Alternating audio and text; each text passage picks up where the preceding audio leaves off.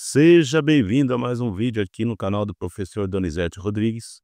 E hoje eu quero falar para você que vai fazer o concurso, é isso mesmo, que é língua portuguesa, sobre concordância nominal. É diferente da concordância verbal. No próximo vídeo eu vou falar da concordância verbal. Só para adiantar, a concordância verbal é quando o sujeito concorda com o verbo. Isso é a concordância verbal. Enquanto que a nominal é o substantivo concordando com o adjetivo, com o artigo, com o numeral, com o pronome. Vamos acompanhar então o nosso vídeo? Veja só, vou passar aqui. Vamos para a primeira parte aqui, ó. Ok. Concordância nominal, diz aqui, é a relação entre palavras que garante que os substantivos concordem com artigos, adjetivos, pronomes e numerais. Se você esqueceu o que é artigos, eu vou lembrar para você rapidinho. Os artigos, eles precedem os substantivos, ou seja, eles vêm antes. Então, você vai poder definir aí como artigos os definidos e os indefinidos.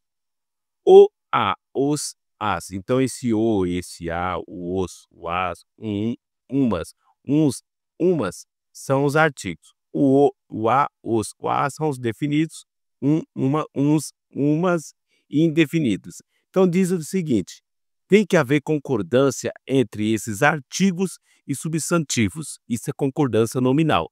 Então, se eu falar assim, a casa, a está no singular, casa também. Então, nós estamos concordando o a e a casa. Né? Muito bem, e casa, uma palavra feminina, e o a eu utilizei para acompanhar esse substantivo feminino. Olha o exemplo que eu coloquei aqui, ó. Estas três obras maravilhosas estavam esquecidas na biblioteca. Está havendo o quê? Uma concordância nominal. O pronome estas, né? O numeral três e o adjetivo maravilhosas concordam com o substantivo obras, que é um substantivo feminino e está no plural. Eu não poderia falar esta três. Então eu falo estas três. A concordância entre o pronome, o numeral, como eu falei aqui, o adjetivo, né? Todos estão aqui ligados ao substantivo, nesse caso, obras. Maravilha! Vamos aqui para a segunda parte. Então, vocês estão entendendo que a concordância nominal é diferente da concordância verbal. Ok, agora vamos ver aqui. Mas se os substantivos forem nomes próprios, o adjetivo deve ficar no plural. Substantivo, nomes próprios. Vamos ver exemplo aqui, ó, essa música conhecida. Debaixo dos caracóis dos seus cabelos é uma composição dos grandes. Olha aí o adjetivo grandes, no plural. Roberto Carlos e Erasmo Carlos, em homenagem a Caetano Veloso. Então nós vimos esses exemplos, nós vimos aqui este exemplo, em que grandes, ó, composição dos grandes, Roberto Carlos e Erasmo. Então, o adjetivo grandes, ele foi para o plural, por quê? Substantivo, nomes próprios. Outro exemplo aqui, ó. As encantadoras, Clarice e Cecília Meirelles, pertencem ao modernismo. Então, nós temos dois substantivos próprios, que é a Clarice e Cecília, logo o adjetivo que antecede a esses substantivos próprios, ele está no plural, que seria, nesse caso, encantadoras. Então, aí nós temos concordância nominal. Vamos ver aqui o próximo. Ok. Diz aqui, ó, quando há mais do que um substantivo e o adjetivo vem depois dos substantivos, deve concordar com aquele que está mais próximo ou com todos eles. Olha o exemplo. Que pintura e poema bonito. Quais são os substantivos? Pintura e poema. Então, nós temos pintura, que é uma palavra que está no feminino, e o poema é uma palavra masculina. Eu falo o poema, não falo a poema. Então, nós temos dois substantivos de gêneros diferentes, e o que acontece? Ele vai concordar com aquele mais próximo. Nesse caso, que pintura e poema bonito, né? Quando há mais de um substantivo e o adjetivo vem depois desse substantivo, deve concordar com aquele que está mais próximo ou com todos eles. Se fosse assim, que poema e pintura bonita, então, que poema e pintura bonita. Ou pode ser também que pintura e poema bonitos.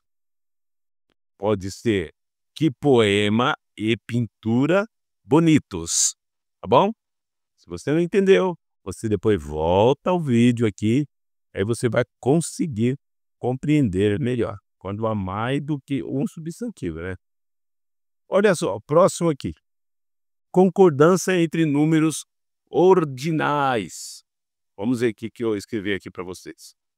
Nos casos em que há números ordinais antes do substantivo, o substantivo pode ser usado tanto no singular como no plural. Vamos ver os exemplos. A segunda e a terceira casa. Então, os números ordinais quais são? Segunda e terceira. Então, nos casos em que há números ordinais antes do substantivo, então o substantivo nesse caso é a casa, o substantivo pode ser usado tanto no singular como no plural. Então, nós vimos a segunda e a terceira casa, no singular, ou pode ser também a segunda e a terceira casas. Nos casos em que há números ordinais depois do substantivo, o substantivo deve ser usado no plural. Guarde bem, números ordinais depois. Olha o exemplo. As casas segunda e terceira. Então, nós temos aí o as artigo, né, no plural, concordando com o substantivo casas, porque o substantivo ele antecede o número ordinal aí, e os números, né, os ordinais, que são segunda e terceira. E depois, outro exemplo, os lugares primeiro e segundo. Então, os lugares. Então, lugares, substantivo, foi para o plural porque ele antecede os números ordinais. Vamos ver aqui mais um exemplo. Acompanhe comigo. Dúvida? Escreva aqui nos comentários. Concordância entre expressões. Abaixo, veja só. Explicamos a concordância entre as expressões que trazem mais dúvidas. São várias, mas eu coloquei algumas. O anexo, bastante, meio, menos, é proibido, é bom, é necessário. Vamos primeiro no anexo. Ó, a palavra anexo deve concordar em gênero e número com o substantivo. Gênero o quê? Masculino e feminino, óbvio, né? E o número singular ou plural. Então, deve concordar com o substantivo. Exemplo, segue, anexo, o recibo. Então, gênero masculino, segue, anexo, o recibo. Se fosse fatura, segue, anexa a fatura. Belezuca? Mas a expressão em anexo não varia. Exemplos. Segue em anexo o recibo ou segue em anexo a fatura. Então, não varia. Continua sendo no masculino, o anexo. Quando tem o em. Bom, acompanhado do em, não varia. Se não tiver, ele vai ter que concordar com o substantivo.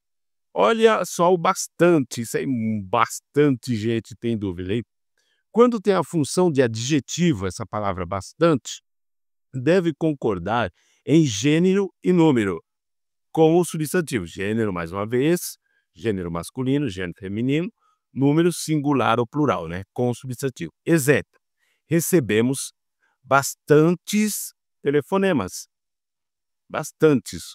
Poucas pessoas falam assim, né? Venderam bastantes produtos. Então, quando tem a função de adjetivo, deve concordar em gênero e número com o substantivo. Então, nesse caso, o substantivo é telefonemas e produtos, então o bastante está concordando com esses substantivos. Quando esse bastante tem a função de advérbio, a palavra bastante não varia. Não tem como você mandar para o plural. Exemplo, eles cantam bastante bem. Fomos bastante amigos. Então, na função de advérbio, né, ele não varia. Na função de adjetivo, ele vai concordar em gênero e número com o substantivo. Belezuca? Dúvida? Escreva aqui nos comentários. Não é inscrito? Inscreva-se no canal. Olha só o meio, gente. Muita gente está em muitas dúvidas quanto a meio, né? Eu vejo pessoas falando por aí, algumas meninas, né, mulheres, estou meia estressada. Olha, presta atenção. É o quê? Estressada de baixo para cima, de cima para baixo? Meio, quando tem a função de adjetivo, a palavra meio deve concordar em gênero e número com o substantivo. Vou dar exemplo. Atrasado, tomou meio copo de leite e saiu correndo. Quando tem a função de adjetivo. Então, meio copo de leite. Até aí tudo bem. Atrasado, tomou meia xícara. Vocês perceberam que nesse caso está variando, meio, meia, está concordando em gênero e número com o substantivo?